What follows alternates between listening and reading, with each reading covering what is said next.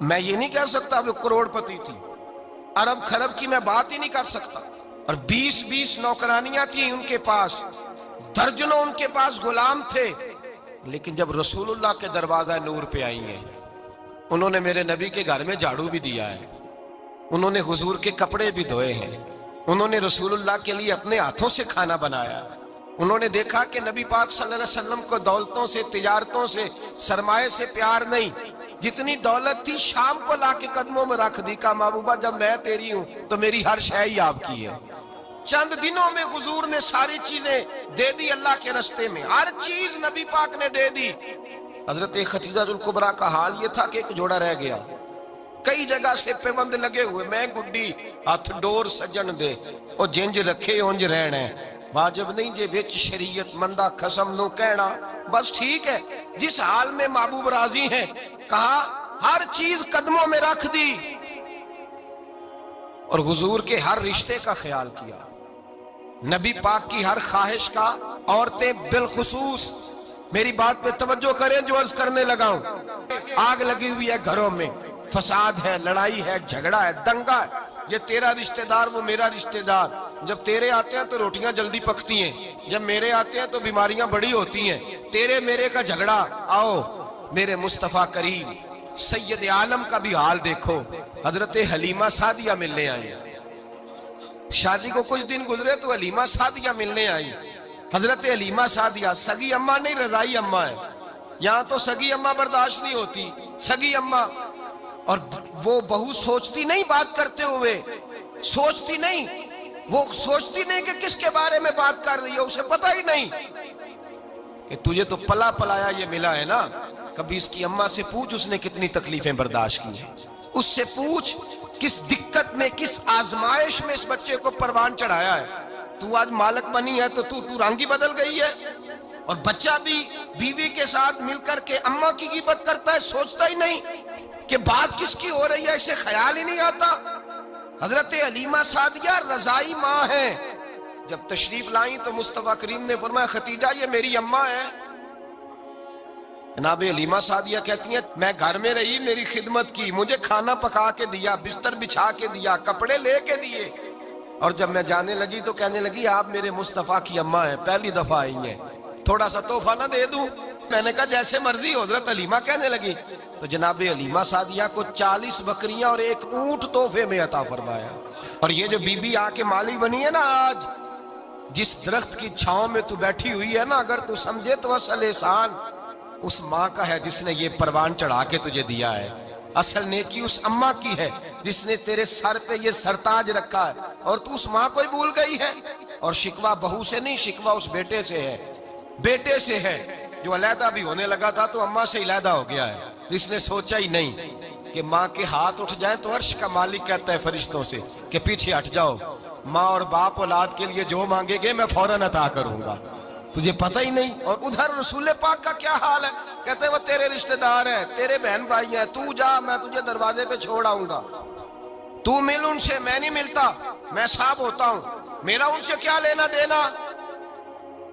حضرت خدیجہ کے بھائی نہیں تھے، نبی پاک صلی اللہ علیہ وسلم کے سسر حیات نہیں تھے، 2 بیٹے تھے حضرت خدیجہ کے، اور وہ دونوں بیٹے پچھلے خامن سے تھے۔ ذرا عقل کی کسوٹی پر تولیے گا کہ کسی بی بی کے بیٹے ہوں اور پچھلے خامن سے ہوں، اس آدمی کا رویہ کس طرح کا ہوتا ہے، لیکن میرے رسول پاک کا رویہ اس طرح کا تھا۔ میں آپ کو سیرت کی کتابوں سے امام حلبی نے، قسطلانی نے، صاحب فتح الباری نے لکھا ہے، رسول کائنات سید عالم صلی اللہ علیہ وسلم سوئے ہوتے تھے، اور جاگو اور سنو، اللہ کرے حضرت خدیجہ کا میرے نبی سے رشتہ اور میرے نبی کا حضرت خدیجہ کا رشتہ ہماری سمجھ میں آ گیا تو سمجھ لو ہمارے گھر جنت بن جائیں گے، روشنی پھیل جائے گی، سمجھو اور سیکھو۔ حضرت عائشہ صدیقہ فرماتی ہیں نبی پاک سو جاتے تھے نا دوپہر کو تو کہتی تھی مولا علی سے لے کر ابو بکر صدیق تک کسی کی طاقت نہیں ہوتی تھی حضور کو آ کے بیدار کرے، سوء ادب سمجھا جاتا تھا۔ اور میں ایک جملہ آگے بڑھا کے کہوں گا، میں کہوں گا اماں جی آپ تو مولا علی سے لے کر ابو بکر صدیق تک فرماتی ہیں نا، ہمارا تو عقیدہ یہ ہے کہ مصطفیٰ سو جائے تو جبریل بھی نہیں جگا سکتے، وہ بھی نہیں آ سکتے, وہ بھی ہاتھ باندھے کھڑے ہیں کہ مولا کیسے جگاؤں. حضرت جبریل بھی نہیں جگا سکتے. لیکن حضرت عائشہ صدیقہ فرماتی ہیں میں تھی مدینے میں, حضرت ختیجہ کے وصال, میں مدینے میں حضور کے گھر میں تھی, نبی پاک میرے گھر میں موجود تھے اور سید عالم سوئے ہوئے تھے. حضرت ختیجہ کے پچھلے خامند کے بیٹے جناب حالہ آ گئے اور وہ مسجد میں آ کے بولے, مسجد میں توجہ کرنا, مسجد میں بولے, انہوں نے مسجد میں آ کے پوچھا کہ نبی پاک کہاں ہے, مسجد میں. تو جناب عائشہ صدیقہ فرماتی ہیں حضور سوتے ہوئے بیدار ہو گئے. حضور طامت سمیٹی, فوراً سر کے اوپر کپڑا رکھا. میں نے کہا حضور کہاں جا رہے ہیں؟ فرماتی ہے میں نے ایک دفعہ پوچھا تو حضور نے 3 دفعہ فرمایا میرا حالہ آ گیا ہے, میرا حالہ آ گیا ہے, میرا حالہ آ گیا ہے, ختیجہ کا بیٹا آ گیا ہے. میرے رسول پاک صلی اللہ علیہ وسلم نے بی بی کے رشتوں کا جو تقدس بیان کیا اس کو سمجھیے. فرمایا حالہ آیا ہے, بیدار ہو کے خود تشریف لے گئے. یہ تو حالہ تھے نا, اس کا نام ہند تھا. اور حضرت ہند سے کوئی بندہ تعارف پوچھتا نا, نبی پاک کا جو حلیہ ملتا ہے نا کتابوں میں, سیرت کی کتابوں میں, حضور کا مکھڑا کیسا تھا, مکھ چند بدر شاشانی ہے, متھے چمک دی لاٹ نورانی ہے, کالی زلف تیاک مستانی ہے, مخمور اکھی ہیں مد بریاں. یہ جو حضور کا حلیہ ملتا ہے نا یہ حضرت ہند کا بیان کیا ہوا ہے. وہ بیان کیا کرتے تھے کہ نبی پاک کی آنکھیں کیسی تھی, حضور کے جلوے کیسے, وہ بیان حضرت ختیجہ کے بیٹے ہیں. کوئی ان سے پوچھتا کہ بڑے راضی رہتے ہو, ہند بڑے راضی رہتے ہو, تو حضرت ہند کیسے راضی کیسے نہ رہوں, راضی کیسے نہ رہوں. میرے بھائی کا نام علی المرتضیٰ ہے, بہن کا نام فاطمہ الزہرا ہے, ماں کا نام ختیجہ الکبریٰ ہے اور باپ کا نام محمد مصطفیٰ ہے, میں راضی کیسے نہ رہوں. حضرت ختیجہ الکبریٰ کے رشتوں کے ساتھ رسول اللہ کا پیار, ان کے رشتے. کنز المال میں حضرت عائشہ صدیقہ کی حدیث ہے, جناب عائشہ فرماتی ہیں دوپہر کو حضور آرام کرتے تو کوئی آیا نہیں کرتا تھا. ایک دن ایک بوڑھی آ گئی دروازے پہ, اس نے چھڑی پکڑی ہوئی ہے. کہتے ہیں وہ اندر آئی تو نبی پاک بڑی تیزی کے ساتھ اٹھے, حضور سید عالم نے قریب بٹھایا, دیر تک حضور باتیں کرتے رہے, دیر تک گفتگو ہوتی رہی. فرماتے ہیں حضور نے اسے کوئی اضافی وقت دیا, عام صحابہ اس وقت آتے نہیں تھے, حضور کے آرام کا وقت تھا, اضافی وقت دیا نبی پاک نے. اور فرماتے ہیں جب وہ جانے لگی تو نبی پاک نے تحفے بھی عطا فرمائے. اور پھر ایک غلام سے, حضرت بلال سے یا کسی غلام سے فرمایا کہ ساتھ جاؤ اور گھر چھوڑ کر کے آؤ. نبی پاک صلی اللہ علیہ وسلم نے اعزاز دیا. حضرت عائشہ صدیقہ فرماتی ہیں دیر تک ملاقات بھی, تحفے بھی, انفرادی ملاقات. بعد میں نبی پاک صلی اللہ علیہ وسلم لیٹ گئے. میرے دل کے اندر خیال آیا کہ حضور اور جب رات کو واپس آئیں گے تو پھر میں پوچھوں گی کہ حضور یہ بی بی کون ہے, حضور اب آرام کر رہے ہیں. فرماتی ہیں میرا خیال تھا کہ یہ سوال شام تک میرے ذہن میں رہے گا کہ یہ کون ہے, آپ نے بڑا اعزاز دیا, دروازے تک چھوڑنے گئے. حضرت عائشہ صدیقہ فرماتی ہیں میں سوچ رہی تھی آرام کر رہے ہیں, اور میں نے جیسے ہی نگاہ ڈالی تو حضور تو گہری سوچ میں گم ہے, نبی پاک سوچوں میں گم ہے اور بے آنکھیں کھلی ہوئی. فرماتی ہے میں قریب جا کے بیٹھی, قدموں پہ ہاتھ رکھا, میں نے کہا محبوبہ یہ بی بی کون تھی, اتنی دیر آپ نے ملاقات کی اور وہ چلی گئی ہے تو ابھی خیالات ہیں, تصورات ہیں. فرماتی ہے میں نے پوچھا تو مصطفیٰ کی آنکھوں میں آنسو آ گئے, نبی پاک رو دیے, اٹھ کے بیٹھ گئے. میں نے کہا حضور کیا ہوا, میں نے تو آپ کو پریشان کر دیا, میں معذرت چاہتی ہوں. حضور نے فرمایا عائشہ ایسی کوئی بات نہیں, اس بی بی کے بارے میں پوچھتی ہو جسے میں نے زیادہ عزت دی ہے, زیادہ پیار کیا ہے, ذرا زیادہ اس کے ساتھ میں نے توجہ کی ہے. ہاں یا رسول اللہ میں نے انفرادی رنگ دیکھا ہے, روٹین سے بڑھ کر آپ نے محبت فرمائی. تو میرے مصطفیٰ نے فرمایا یہ جو عورت آئی تھی نا, جو میرے پاس بیٹھی رہی ہے, یہ میری زوجہ جناب ختیجہ کی سہیلی ہے, یہ حضرت ختیجہ کی سہیلی ہے, جناب ختیجہ کی سہیلی. فرمایا یہ مکے میں ختیجہ سے ملنے آیا کرتی تھی, ختیجہ اسے وقت دیتی تھی, پاس بٹھاتی تھی, کھانا کھلاتی تھی, دکھ سکھ سنتی تھی, اور تھوڑی غریب ہے, جب یہ جاتی تھی تو ختیجہ تحفے بھی دیتی تھی. فرمایا آج جب یہ آئی ہے تو ختیجہ کی یادیں تازہ ہو گئی ہیں, دیر تک میں نے اس سے بات کی ہے, گفتگو کی, جاتے دفعہ تحفہ دیا ہے, اس لیے کہ حسن العہد من الایمان, اچھے طریقے سے وعدہ نبھانا یہ بھی ایمان کا حصہ ہے.